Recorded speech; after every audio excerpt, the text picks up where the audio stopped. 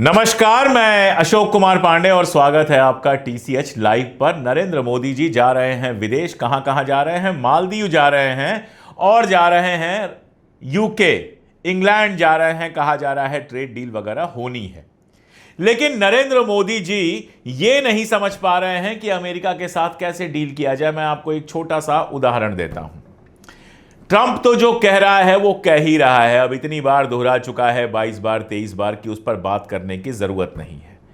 आपको यह भी पता है कि नाटो का जो महासचिव है मार्क रुट, उसने सीधी सीधी धमकी दी थी, जिसके 2 दिन बाद जाकर विदेश मंत्रालय का बयान आया कि हमारे मामलों में ऐसी बातें करना ठीक नहीं है। बहुत ठंडा सा बयान था, विश्वगुरु का या डंका बजने वाले का बयान नहीं था, बस बयान बयान जैसा ही था। अब एक अमेरिकी सीनेटर है लिंडसे ग्राहम।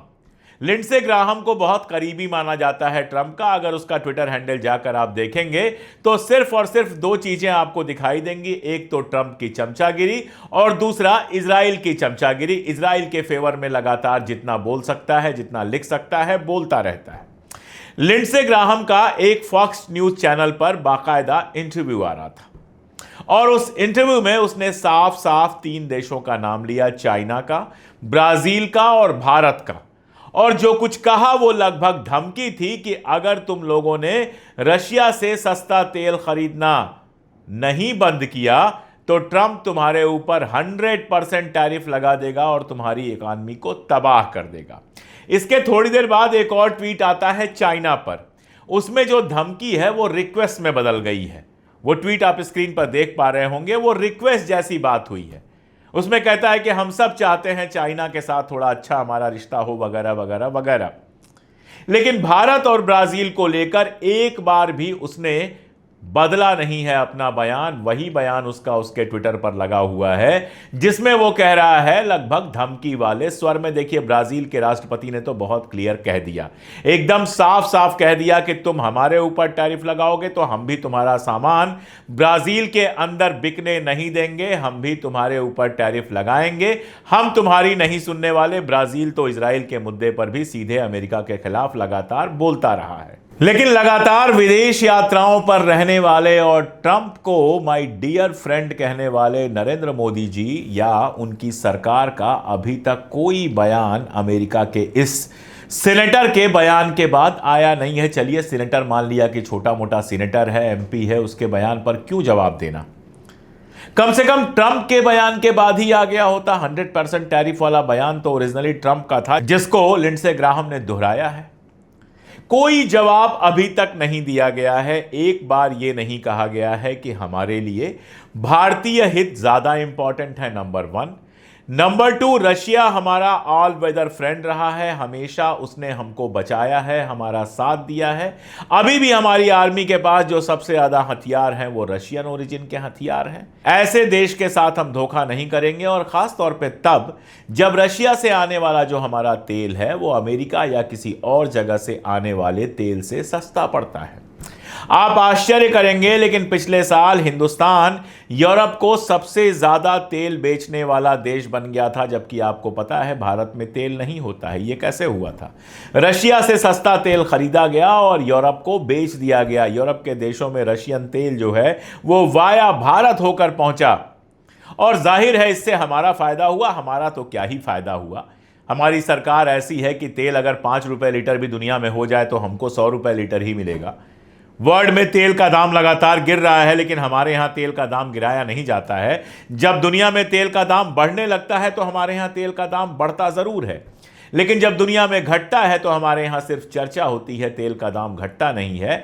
तो रूस के सस्ते तेल का भारत को, अगर भारत के हमारे आप जैसे उपभोक्ताओं को अगर फायदा मिला है तो सिर्फ इतना मिला है कि तेल ज्यादा महंगा नहीं हुआ है, सिर्फ 100 रुपए लीटर तक पहुंचा है। वरना मोदी जी का चले तो 150 और 200 करके हमसे आधा तो अभी भी टैक्स ले रहे हैं, आधा से ऊपर अभी भी टैक्स ले रहे हैं, 90% टैक्स ले ले, खैर वो अलग मामला है। अब सोचिए आप कि अगर धमकी में आके रशिया से हम तेल लेना बंद करते हैं, इसका मतलब क्या होगा? हम तेल कहां से खरीदेंगे? ट्रंप लगातार कह रहा है हमसे तेल खरीदो, यानी हम अमेरिका से महंगा तेल खरीदेंगे, और महंगा तेल जो ही भारत में आएगा बाकी सारी चीजें भी महंगी हो जाएंगी। फिर आखिर हमारे देश के जो रहनुमा हैं, हमारे देश के प्रधानमंत्री 56 इंच वाले, डंका बजवाने वाले विश्व गुरु, आखिर वो क्यों नहीं कहते हैं क्यों नहीं जवाब देते हैं, क्यों नहीं बोलते हैं कि भाई हमें तेल जहां से सस्ता मिलेगा हम खरीदेंगे, रशिया से तुम्हारे क्या रिश्ते हैं तुम जानो, हम रशिया से अलग रिश्ता बना के रखेंगे। लेकिन मोदी जी तो दो नाव में सवार होने की ऐसा लगता है लगातार प्रैक्टिस कर रहे हैं। एक तरफ रशिया से अच्छा रिश्ता होने की बात करते हैं, ब्रिक्स में शामिल होते हैं, दूसरी तरफ पहुंच जाते हैं यूक्रेन और वहां पर आंसू बहाने लगते हैं। एक तरफ आप जो है ब्रिक्स के मेंबर होते हो, दूसरी तरफ जब ब्रिक्स कहती है कि हम अपनी कॉमन करेंसी डेवलप करेंगे तो आप कहते हो नहीं भाई हम तो डॉलर में ही व्यापार करेंगे। एक तरफ आप एससीओ के मेंबर हो जाते हो, दूसरी तरफ आप ऐसे ऐसे बयान देते हो, ऐसे ऐसे स्टैंड लेते हो कि लगता है यूरोप और अमेरिका की गोद में बैठने के लिए आप परेशान हो और अमेरिका आपको गोद में कहीं से बिठा नहीं रहा है। एक फायदा अमेरिका ने आपको दिया हो तो बताइए अभी तक। ट्रंप ने कह दिया कि हमने प्रधानमंत्री मोदी को इतने मिलियन डॉलर दिए थे। मैं बार बार कहता हूं कि कोई प्रधानमंत्री अपने अकाउंट में तो डॉलर ले ही नहीं सकता है, किसी संस्था को दिया होगा या किसी सरकारी योजना के लिए आया होगा, लेकिन सोचिए उसका जवाब तक नहीं दिया गया। दुनिया में क्या मैसेज जाता है? आप मिलने गए, छोटे से छोटे देश का राष्ट्रपति प्रधानमंत्री मिलने जा रहा है तो ट्रंप खुद आ रहा है उसको बाहर लेने के लिए। आप मिलने गए तो एक जूनियर को भेज दिया गया आपको रिसीव करने के लिए, आपको बिठा दिया गया मस्क के साथ भी, और मस्क लेके आ गया अपने बच्चों को, बच्चों की आया को। वो बच्चे जमीन पे खेल रहे हैं, आया बच्चों को संभाल रही है और आप मुस्कुरा मुस्कुरा के ट्रंप के साथ बात कर रहे हैं। दुनिया भर में क्या इमेज बनी होगी बताने की जरूरत नहीं है। उसके बाद पाकिस्तान के साथ आपकी झड़प होती है। सबसे पहले सीज फायर की घोषणा कर देता है ट्रंप, उसके बाद मार्क रूबियो कर देता है और उसके बाद 26 बार इस बात का श्रेय ले लेता है कि ट्रेड डील के चलते आपका समझौता उसने करवा दिया, सीज फायर करवा दिया। ट्रेड डील जब होती है तो कहता है इंडोनेशिया जैसी ट्रेड डील होगी जिसमें अमेरिकी सामानों पर भारत में जो टैक्स लगता है वो 0 होगा और भारत के सामानों पर वहां पर 19% या 20% टैक्स लगेगा। यह भी आता है कि डेयरी और एग्रीकल्चर जिसमें आप कह रहे हैं ये हमारी रेड लाइंस है, उन पर भी जबरदस्ती हो रही है समझौता करवाने की, यानी आपका कृषि क्षेत्र जो है वो भी तबाह होगा और हिंदुस्तान के बाजारों में अब खुलेआम नॉनवेज दूध बिकेगा। हिंदुस्तानी जो दूध वाले हैं उनकी तबाही तो तय है। ये सारा कुछ आप मानते चले जाते हैं, लेकिन अमेरिका से आपको मिलता क्या है?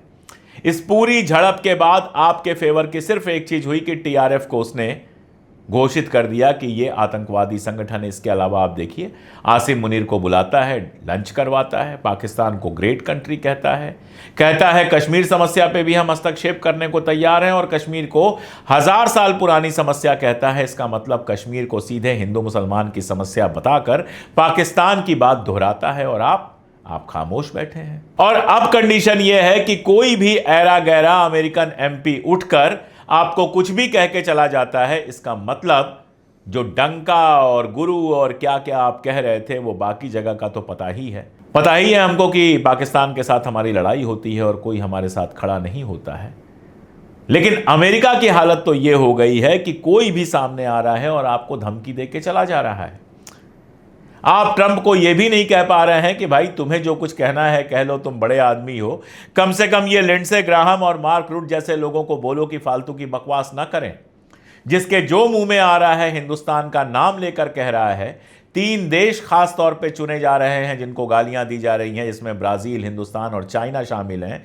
चाइना के लिए बयान थोड़ी देर बाद नरम कर लिया जा रहा है, लेकिन आपके लिए बयान भी नरम नहीं किया जा रहा है और आपके शिष्य आपका गोदी मीडिया फैलाता रहेगा कि आपका डंका बज रहा है। कौन मान लेगा? मालदीव का कल तक नाटक चल रहा था कि मालदीव को बहिष्कार कीजिए।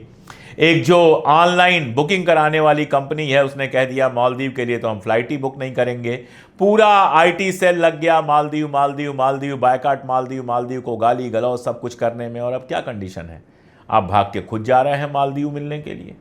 अरे भाई जब डिप्लोमेसी करनी है तो मिलना जुलना कोई गलत नहीं है, बिल्कुल जाना चाहिए। मैं इस बात के फेवर में हूं कि मालदीव से अच्छे रिश्ते बनाने की कोशिश करनी चाहिए। लेकिन अब भक्तों को क्या जवाब देंगे आप? जब वो ट्रोलिंग चल रही थी तब आपने सामने आकर कहा होता कि ये सब बातें डिप्लोमेसी से हल की जाएंगी, ये बायकाट बेकार की चीज है, तो आप बड़े नेता बनते। लेकिन उस समय तो आप लक्षद्वीप में फोटो खिंचा रहे थे, जबरदस्त ट्रोलिंग हो रही थी और आप लोग उसको एंजॉय कर रहे थे। इलेक्शन में उसको आपको यूज करना था। मालदीव मुस्लिम कंट्री है तो थोड़ा और फायदा मिल रहा था। और अब जब सारा नाटक खत्म हो गया तो आप मालदीव जा रहे हैं मीटिंग करने के लिए।